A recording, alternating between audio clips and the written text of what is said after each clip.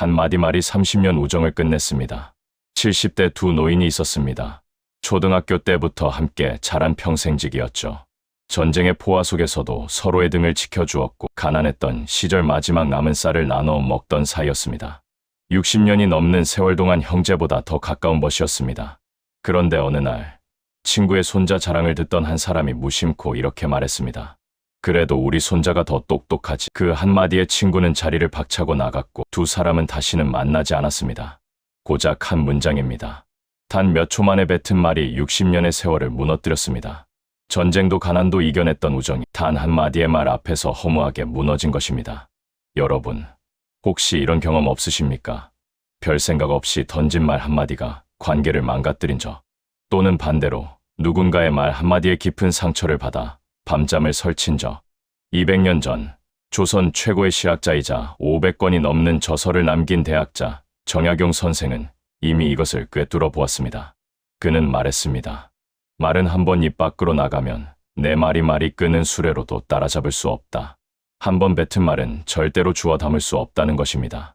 아무리 빠른 말, 내 마리가 끄는 수레를 타고 쫓아가도 이미 뱉어버린 말은 잡을 수 없습니다. 사람을 얻고 싶다면, 존중받고 싶다면, 당신의 대화에 품격을 입히고 싶다면 이 단 하나의 원칙을 반드시 마음에 새겨야 합니다. 우리는 하루에도 수백 명과 말을 섞습니다. 그런데 그 대화들이 당신의 가치를 높여주고 있습니까? 아니면 오히려 당신의 관계를 깎아내리고 결정적인 순간에 발목을 잡고 있지는 않습니까? 나이가 들수록 우리는 옷이나 직함이 아니라 입에서 나오는 말 한마디에 무게로 평가받게 됩니다. 가벼운 말은 가벼운 사람으로, 무게 있는 말은 귀한 사람으로 만들죠. 오늘 우리는 단순한 말 기술이 아닌 당신의 인생 그 자체를 바꾸어 놓을 말을 다루는 법을 배울 것입니다. 조선 최고의 지성 정약용 선생이 남긴 수천 년의 지혜부터 현대 심리학까지 관통하는 대화의 본질이죠. 이 20분 동안 당신은 상대를 내 편으로 만들고 관계를 회복하며 심지어 침묵 속에서도 존중받는 힘을 얻게 될 것입니다. 자, 이제 정약용 선생이 전하는 말의 품격, 그 세 가지 원칙을 하나씩 살펴보겠습니다. 정약용 선생이 전하는 첫 번째 원칙은 진심을 담은 구체적인 인정입니다. 이것이야말로 대화의 가장 강력한 무기입니다. 정약용 선생은 1801년 천주교 박해 사건에 연루되어 전라남도 강진으로 유배를 떠났습니다. 그때 그의 나이 40살이었습니다. 한양에는 어린 두 아들이 남겨졌습니다. 아버지를 그리워하는 아들들, 그리고 아들들을 볼 수 없는 아버지. 정약용 선생은 그 그리움을 편지에 담았습니다. 18년간의 긴 유배 생활 동안 그는 두 아들에게 수백 통의 편지를 보냈습니다. 그 편지 속에는 단순한 훈계가 아니라 아들들의 구체적인 노력을 알아봐 주는 따뜻한 말들이 담겨 있었습니다. 그는 아들의 글씨가 조금 나아지면 이렇게 썼습니다. 내 글씨에서 정성이 보인다. 특히 이번에 보낸 편지의 마지막 구절, 그 힘찬 획에서 내가 얼마나 노력했는지 느껴지는구나. 결과물 전체를 뭉뚱그려 잘했다고 하지 않았습니다. 아들이 고민하고 노력했을 구체적인 부분 하나를 정확히 짚어주었습니다. 이것이 바로 진심을 담은 구체적 인정입니다. 기교로 가득한 화려한 칭찬보다 투박하더라도 진심이 담긴 한마디가 사람의 마음을 움직입니다. 특히 나이가 들수록 우리는 상대의 말 속에 진심이 있는지 없는지를 본능적으로 간파합니다. 세상을 오래 살아온 사람의 눈은 속일 수 없습니다. 진심이 빠진 칭찬은 아첨으로 들리고 수고했어, 잘했네 같은 빈말은 영혼 없는 관리 도구에 불과하죠. 사람들은 자신의 존재 자체를 인정받고 싶어 합니다. 자신이 기울인 노력을, 자신만의 고유한 가치를 알아봐 주길 원합니다. 작은 중소기업을 운영하는 박 사장이라는 분이 계셨습니다. 그는 경영서적에서 칭찬은 고래도 춤추게 한다는 말을 읽고 직원들에게 늘 칭찬을 했습니다. 잘했어, 수고했어, 역시 우리 팀이야. 하루에도 몇 번씩 이런 말을 했습니다. 그런데 이상하게도 직원들은 시큰둥했습니다. 칭찬을 들어도 표정이 밝아지지 않았고 오히려 어색해하는 것 같았습니다. 박 사장은 의아했습니다. 분명 칭찬을 하는데 왜 반응이 없을까? 어느 날 퇴사하는 직원과 면담을 하다가 그는 깨달았습니다. 그 직원이 말했습니다. 사장님 칭찬은 진심으로 느껴지지 않았어요. 그냥 직원들 기분 맞춰주려고 하시는 것 같았어요. 그제야 박 사장은 알았습니다. 자신의 칭찬이 진심에서 우러난 것이 아니라 회사의 성과를 높이기 위한 관리 도구에 가까웠다는 것을요. 직원들은 그것을 본능적으로 알아챘던 것입니다. 그는 방식을 완전히 바꿨습니다. 이제는 칭찬하기 전에 먼저 관찰했습니다. 직원이 어떤 부분에서 고민했는지, 어떤 노력을 기울였는지 유심히 지켜보았습니다. 그러던 어느 날 늘 묵묵히 일만 하던 젊은 디자이너에게 다가가 이렇게 말했습니다. 김 대리, 지난번 시합 말이야. 거기서 자네가 썼던 그 푸른색, 그 색깔 하나 때문에 전체 디자인이 확 살아나더군. 클라이언트도 그 색을 특히 마음에 들어 했어. 정말 감각이 뛰어나네. 그는 결과물 전체를 뭉뚱그려 칭찬하지 않았습니다. 그 직원이 수십 가지 색깔 중에서 고민하고 선택했을 그 구체적인 과정 하나를 정확히 짚어주었습니다. 그 말을 들은 디자이너의 얼굴이 환해졌습니다. 눈이 반짝였습니다. 그리고 그는 회사 일에 훨씬 더 적극적이고 창의적인 사람이 되었습니다. 자신의 노력을 진심으로 알아봐 주는 사람이 있다는 것, 그것만으로도 사람은 변합니다. 정약용 선생이 유배지에서 아들들에게 했던 것처럼 진심을 담는다는 것은 상대를 하나의 인격체로 존중하고 그의 노력을 구체적으로 알아봐 주는 것입니다. 이제 당신도 오늘부터 이 구체적 인정을 실천해 보십시오. 배우자에게 그냥 고마워라고 말하는 대신 이렇게 말해 보십시오. 오늘 내가 힘들었는데 당신이 말없이 차 한 잔 타줘서 정말 큰 위로가 됐어. 그 따뜻한 차 한 잔에 하루의 피로가 녹는 것 같았어. 고마워. 자녀에게 공부 열심히 했네라고 말하는 대신 이렇게 말해 보십시오. 이번에 내가 수학 문제집 그 어려운 부분 포기 안 하고 끝까지 푼 거 아빠가 봤어. 그 끈기가 정말 대단하다. 당신이 건네는 진심이 담긴 구체적인 말 한마디는 1000개의 빈말보다 강합니다. 그것은 상대의 영혼을 어루만지는 가장 깊은 위로가 됩니다.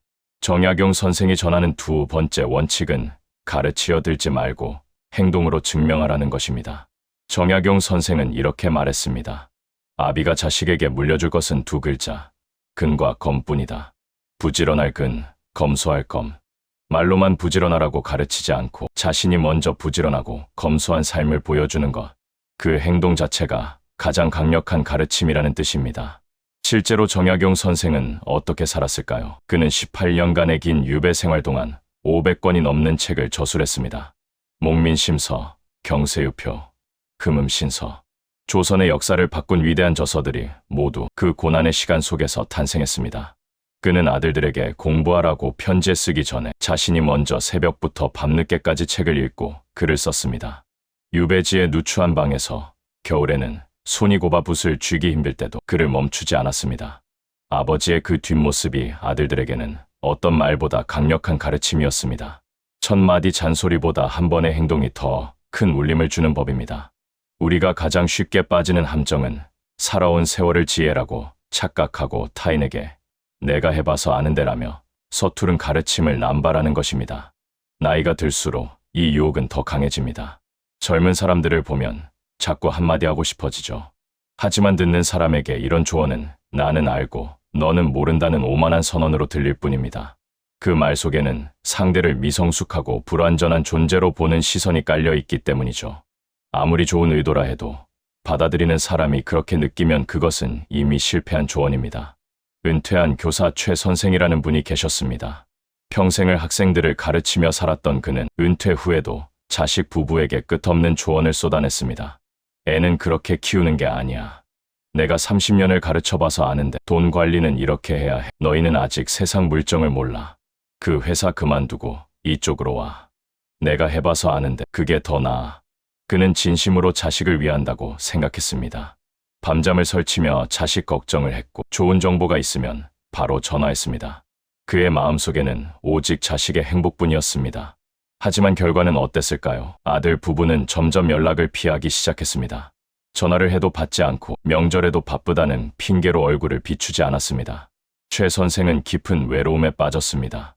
내가 뭘 잘못한 거지? 다 너 잘되라고 한 소리인데. 그는 이해할 수 없었습니다.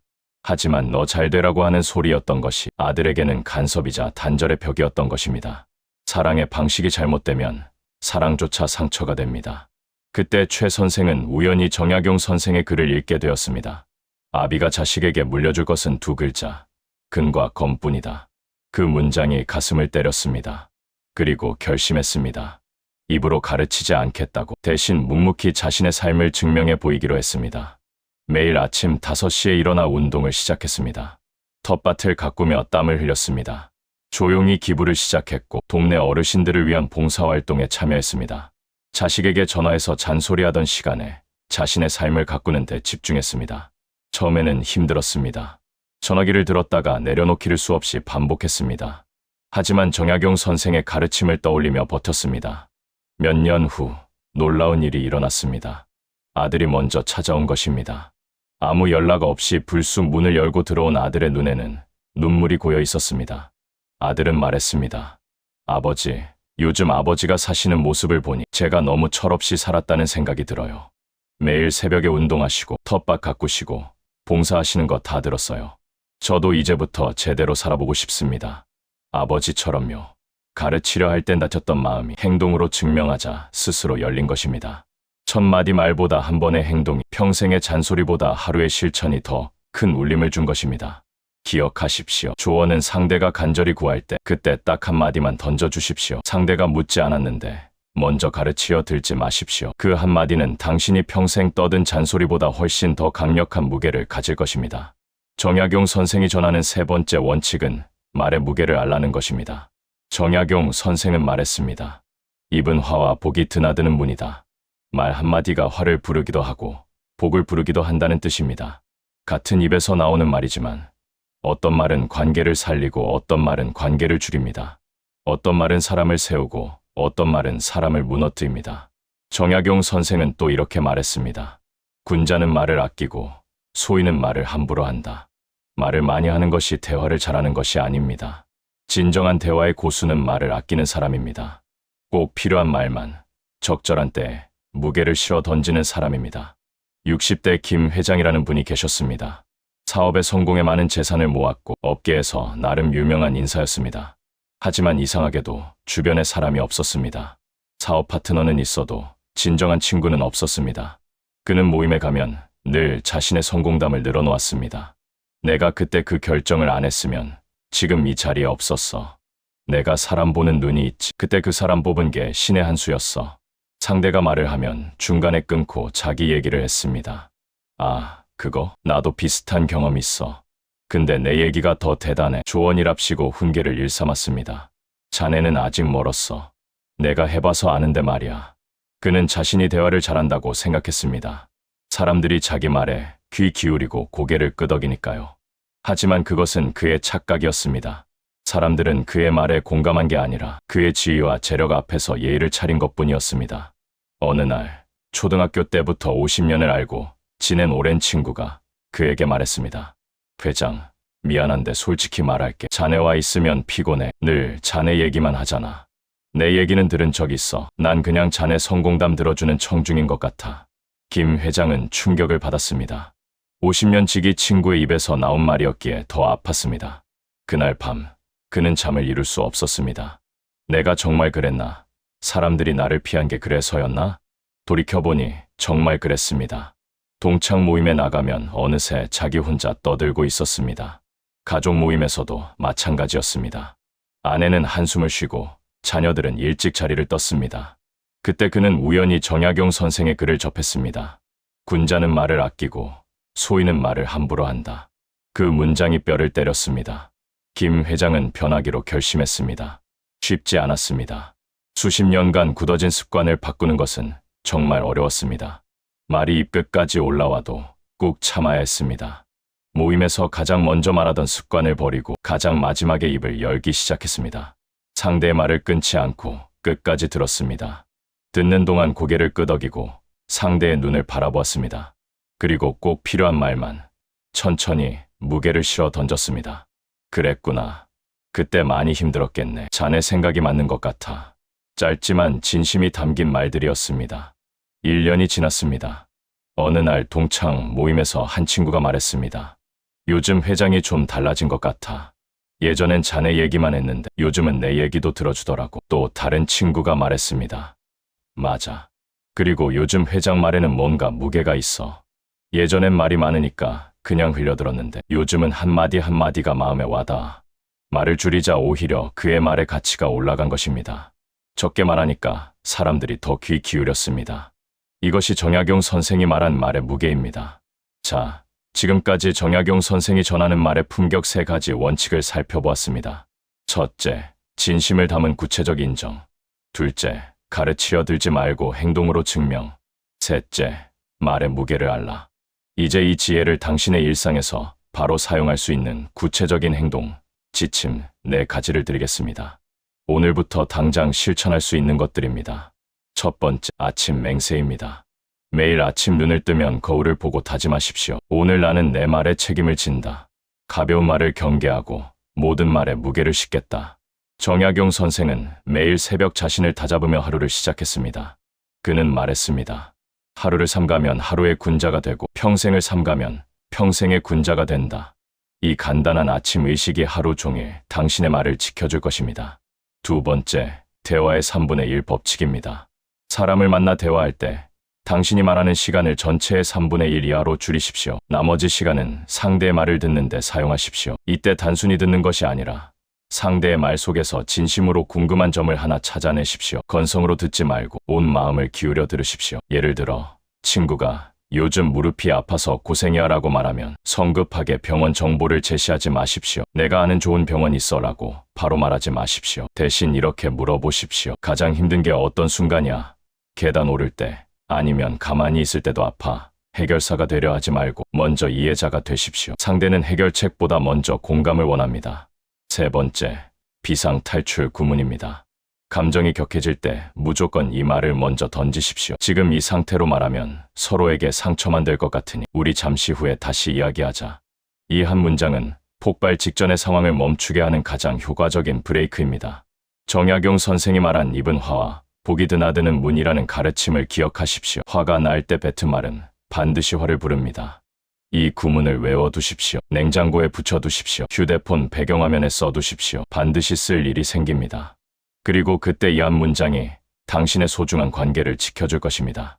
네 번째, 마지막 10초 지배입니다. 모든 만남의 끝, 헤어지기 직전 10초에 당신의 진심을 담으십시오. 심리학에서는 이를 최신성 효과라고 부릅니다. 사람은 마지막 인상을 가장 오래 기억합니다. 아무리 즐거운 시간을 보냈어도 헤어질 때 무심하게 돌아서면 그 만남 전체가 차갑게 기억됩니다. 핸드폰만 보면서 그래 가 하고 돌아서면 함께한 3시간이 무색해집니다. 이렇게 말해보십시오. 오늘 덕분에 많이 웃었네. 오랜만에 이렇게 즐거웠어. 조심히 들어가. 다음에 또 얼굴 보자. 건강하고. 이 짧고 따뜻한 마무리가 당신이라는 사람에 대한 인상을 결정짓습니다. 10초입니다. 단 10초만 투자하면 됩니다. 이 길은 결코 쉽지 않습니다. 수십 년간 굳어진 말의 습관을 바꾸는 것은 마치 강물을 거슬러 오르는 것과 같죠.